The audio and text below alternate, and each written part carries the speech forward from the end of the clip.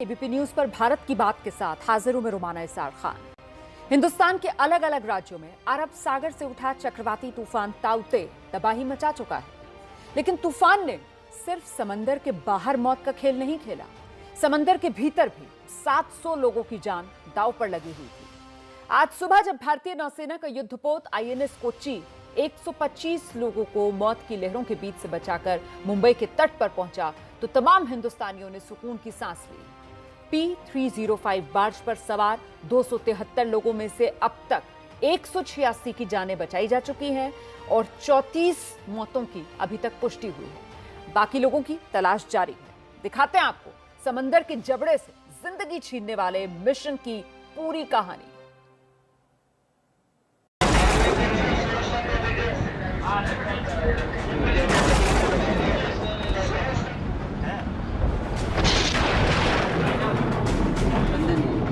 बहुत बहुत धन्यवाद उन लोग के लिए तो आज हम जिंदा है, नहीं तो कोई नहीं बचता।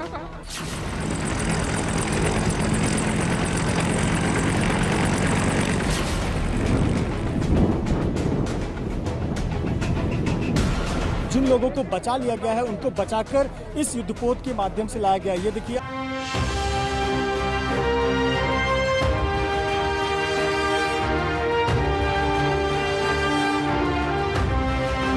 ये युद्ध के मैदान में मौत को हराकर जिंदगी के जीतने की तस्वीर है।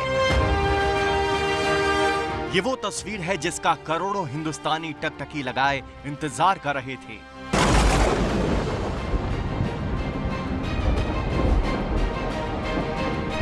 ये समंदर में मचे घमासान को जीतकर एक योद्धा के घर वापस आने की तस्वीर है।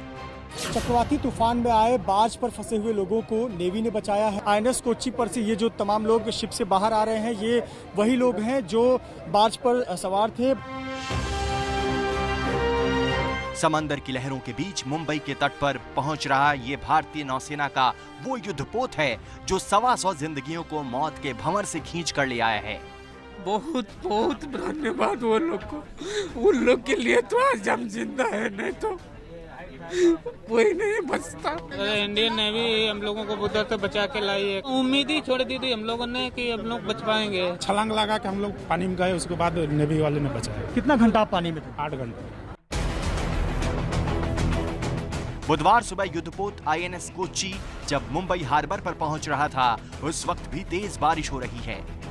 साफ साफ कुछ दिखाई नहीं दे रहा है और हवा की रफ्तार भी तेज है, लेकिन जो कुछ टीवी स्क्रीन पर आपको दिखाई दे रहा है वो तूफान गुजरने के बाद की तस्वीर है।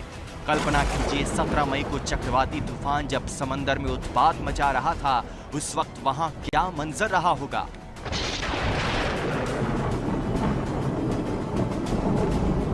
मैं कभी जिंदगी में नहीं सोचा था कि ऐसा सिस्टम मेरे साथ होगा। मौत को मैं सामने से देख रहा हूँ। 4 एंकर डाले थे तो तेज तूफान के कारण एंकर टूट गया, तो हम लोग का शिप बहते बहते पालघर पहुंच गया। हमारा बार्ज जो है हैंगिंग कर दिया गया था, लेकिन तूफान के कारण जो है हैंगिंग टूट गया और हम लोग बह गए। चक्रवाती तूफान ताउते ने जब दस्तक दी, उस वक्त समंदर के बीच 4 अलग अलग जहाजों में सैकड़ों लोग मौजूद थे।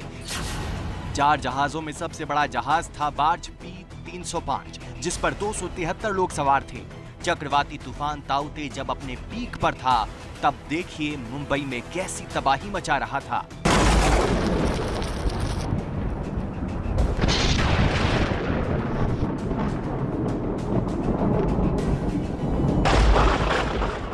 समंदर किनारे ये हालात थे। अब अंदाजा लगाइए समंदर के बीचों बीच कितना भयावह मंजर रहा होगा।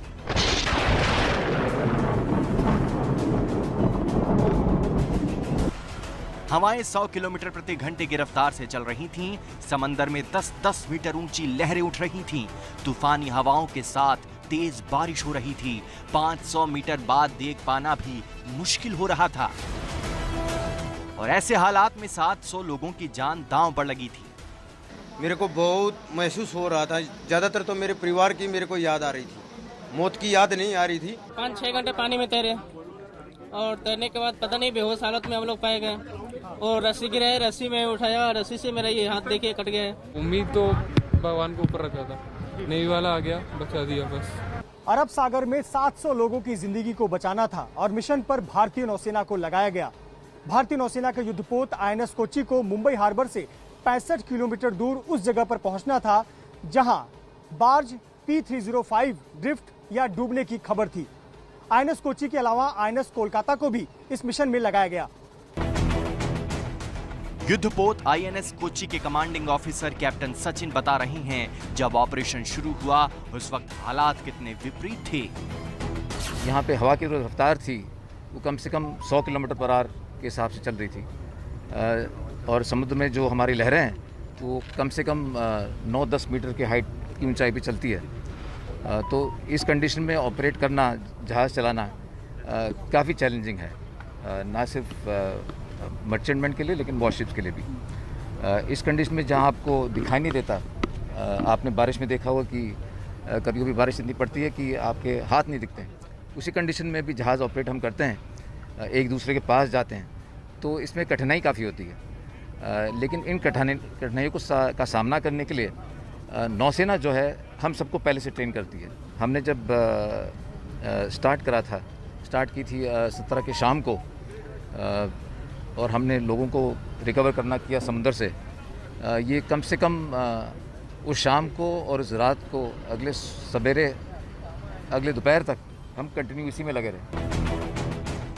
आपने सुना कि समंदर की ऊंची लहरों और तेज बारिश के बीच कुछ भी देख पाना मुश्किल साबित हो रहा था। बार्ज डूब चुका था और सैकड़ों लोग पानी में तैरते हुए मदद का इंतजार कर रहे थे। इनमें से कई ऐसे थे जो शाम को 5 बजे पानी में कूदे और रात 11 बजे के बाद उन्हें मदद मिली। कोई 6 घंटे तक पानी में रहा तो कोई 11 घंटों तक। और इतना ज्यादा पानी गिर रहा था, वेदर इतना रफ था कि चारों तरफ से पानी आ रहा था। हमारे पास कोई इलाज नहीं था कि उसको रोक सके पानी। 4 घंटे सब लोग साथ में थे, 10-15-20 आदमी एक साथ बड़ा सर्कल बना के हम लोग पकड़े हुए थे एक दूसरे का। लेकिन जैसे जैसे रात होते गई वैसे वैसे मौसम रफ होता गया, पानी 10 मीटर ऊपर जाके हमारे सिरों पर माथा में हाथ छोड़ गया। अरे करीब हम लोग पानी में थे सर 12-14 घंटा। नहीं, डर तो हो ही गया था, जान पे तो आ ही गई थी। ऊपर वाले की शुक्र मना रहे थे कि हम लोग जो है जल्दी से जो है कोई मदद करने वाला आ जाए, हम लोग निकल लिए। सिर पर पट्टी बंधी है, शरीर में और भी कई जगह चोटें आई हैं। ये प्रमोद हैं जो शिप पर मैकेनिक का काम करते हैं। डूबते जहाज से शाम करीब 4 बजे प्रमोद ने कूदने का फैसला किया। 17 मई को शाम 4 बजे से 18 मई सुबह 11 बजे तक समंदर में तैरते रहे प्रमोद। पानी में बहते सामान से चोट खाए प्रमोद संघर्ष करते रहे। प्रमोद के आसपास कई कर्मचारी तैर रहे थे।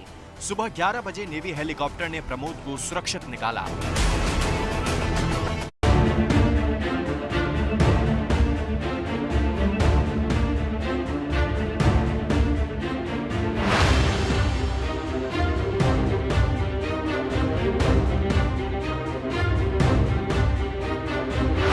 तूफान के बीच शाम को 5 बजे के बाद ही समंदर में बिल्कुल अंधेरा हो चुका था, लेकिन भारतीय नौसेना बिना हार माने मुसीबत में फंसे हिंदुस्तानियों की मदद के लिए एड़ी चोटी का जोर लगाए रही। और उसी का नतीजा है ये तस्वीर, जब INS कोच्चि का युद्धपोत जहाज में फंसे 125 लोगों को लेकर मुंबई पहुंचा। युद्धपोत से बाहर आते ये वो 125 लोग हैं जो मौत को हराकर वापस लौटे हैं। 125 लोग हैं जिनको सुरक्षित निकाला गया था। ये वही लोग हैं जिनको अब शिप पे से बाहर भेजा जा रहा है। इन्हें खाने फूड पैकेट दिए गए हैं और 2 दिनों तक इंडियन नेवी ने पूरा ख्याल रखा था। उनको मेडिकल असिस्टेंट दिया था, उनके खाने पीने का ख्याल रखा था। जिन लोगों को चोट पहुंची थी उनका ख्याल रखा गया था। देखिए आप, बहुत से लोग ड्यूटी के यूनिफॉर्म में नजर आएंगे जो उस दिन ड्यूटी पर कार्यरत थे। कुछ लोग आपके सामान्य कपड़ों में नजर आएंगे, घर के कपड़ों में, वो भी तैयार थे। तो बहुत संघर्ष के बाद इनकी जिंदगी बची। मौके पर मौजूद ABP न्यूज संवाददाता मृत्युंजय सिंह ने मौत के तूफान से बचकर आए उन लोगों से बात की जो जिंदगी की उम्मीद खो चुके थे, लेकिन भारतीय नौसेना देवदूत बनकर उन्हें बचाने पहुंच गई। क्या कहना चाहेंगे, कैसे घटना हुई थी, किस हालत में आप लोग फंसे हुए थे? अरे हालत तो बहुत खराब थी, क्या बोलूं। इंडियन नेवी ने किस तरह से मदद की आप लोग की? अरे इंडियन नेवी हम लोगों को उधर से बचा के लाई है। कैसे भी रात में हम लोग 2 बजे रात में हमको उठाया, उधर से पानी में 10, 11, 12 घंटे घूमते रहे, कोई वहाँ पे नहीं पहुँचा। मैं तो नेवी को सैल्यूट करता हूँ सर। उन्होंने हमारी जान बचाई। बहुत परेशानी था सर, बहुत परेशानी। इस समय बहुत ठीक है। इनकी आंखों में मौत को हरा देने की वो खुशी है जो अब आंसू बनकर छलक रही है। वो पल इतनी आसानी से जहन से मिटेंगे नहीं, लेकिन भर्राए हुए गले से वो बार बार भारतीय नौसेना का शुक्रिया कर रही हैं जो उन्हें मौत के समंदर से सलामत निकाल लाए हैं। बहुत धन्यवाद वो लोग को। उन लोग के लिए तो आज हम जिंदा है, नहीं तो कोई नहीं बचता। समंदर में काम करने के दौरान कर्मचारियों के रहने के लिए जो इंतजाम किया जाता है उसे ही बार्ज कहते हैं। बार्ज में कोई इंजन नहीं होता है, इसे दूसरे जहाज खींच करके ले जाते हैं। अब आपको बताते हैं कि 700 लोगों में से कितने लोग कौन से जहाज में फंसे थे। बार्ज B305 सबसे बड़ा जहाज था, इसमें 273 लोग सवार थे। बार्ज SS3 पर 196 लोग सवार थे। सागर भूषण पर 101 लोग फंसे थे। उन्हें बचाने के लिए INS तलवार को रवाना किया गया। जबकि बार्ज गाल कंस्ट्रक्टर पर कुल 137 लोग सवार थे। इस पर फंसे लोगों को बचाने के लिए emergency towing vessel water lily और 2 सपोर्ट वेसल के साथ कोस्ट गार्ड की CGS सम्राट को भेजा गया था। रेस्क्यू ऑपरेशन की तस्वीरें बार्ज गेल कंस्ट्रक्टर जहाज में फंसे हुए लोगों की है। जहाज में फंसे 137 लोगों को निकालने के लिए हेलीकॉप्टर चेतक की मदद ली गई थी।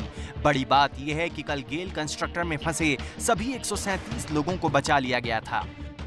भारतीय नौसेना के मुताबिक बार्ज SS3 पर फंसे 196 लोग और सागर भूषण पर फंसे सभी 101 लोग सही सलामत हैं।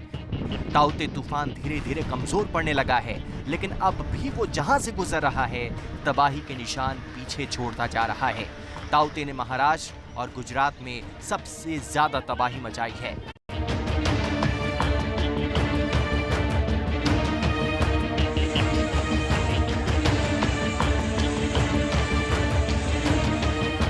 गुजरात में तूफान का असर ऐसा था कि 40,000 से ज्यादा पेड़ उखड़ गए, 196 सड़कें तबाह हो गईं, 16,500 घरों को नुकसान पहुंचा है, 69,000 से ज्यादा बिजली के खंभों को नुकसान हुआ है। तूफान की वजह से 5,951 गांव में अंधेरा है क्योंकि बिजली ठप है। 122 कोविड अस्पतालों में बिजली ठप हो गई थी। गुजरात के तट से टकराने से पहले 2 लाख लोगों को सुरक्षित जगह पर ले जाया गया था। तूफान से आम की फसल के बर्बाद होने की आशंका है। आज प्रधानमंत्री नरेंद्र मोदी ने गुजरात में तूफान के बाद हुई तबाही का जायजा लेने के लिए हवाई दौरा किया। पीएम मोदी के साथ गुजरात के मुख्यमंत्री विजय रूपाणी भी मौजूद थे। हवाई दौरे के बाद प्रधानमंत्री मोदी ने राहत कार्य के लिए अधिकारियों के साथ समीक्षा बैठक भी की। चक्रवाती तूफान ताउते का असर देश के कई राज्यों में दिखाई पड़ रहा है। उत्तराखंड, हिमाचल प्रदेश, हरियाणा, चंडीगढ़ समेत उत्तर प्रदेश के बड़े हिस्से में भारी बारिश के बाद मौसम बदला हुआ है।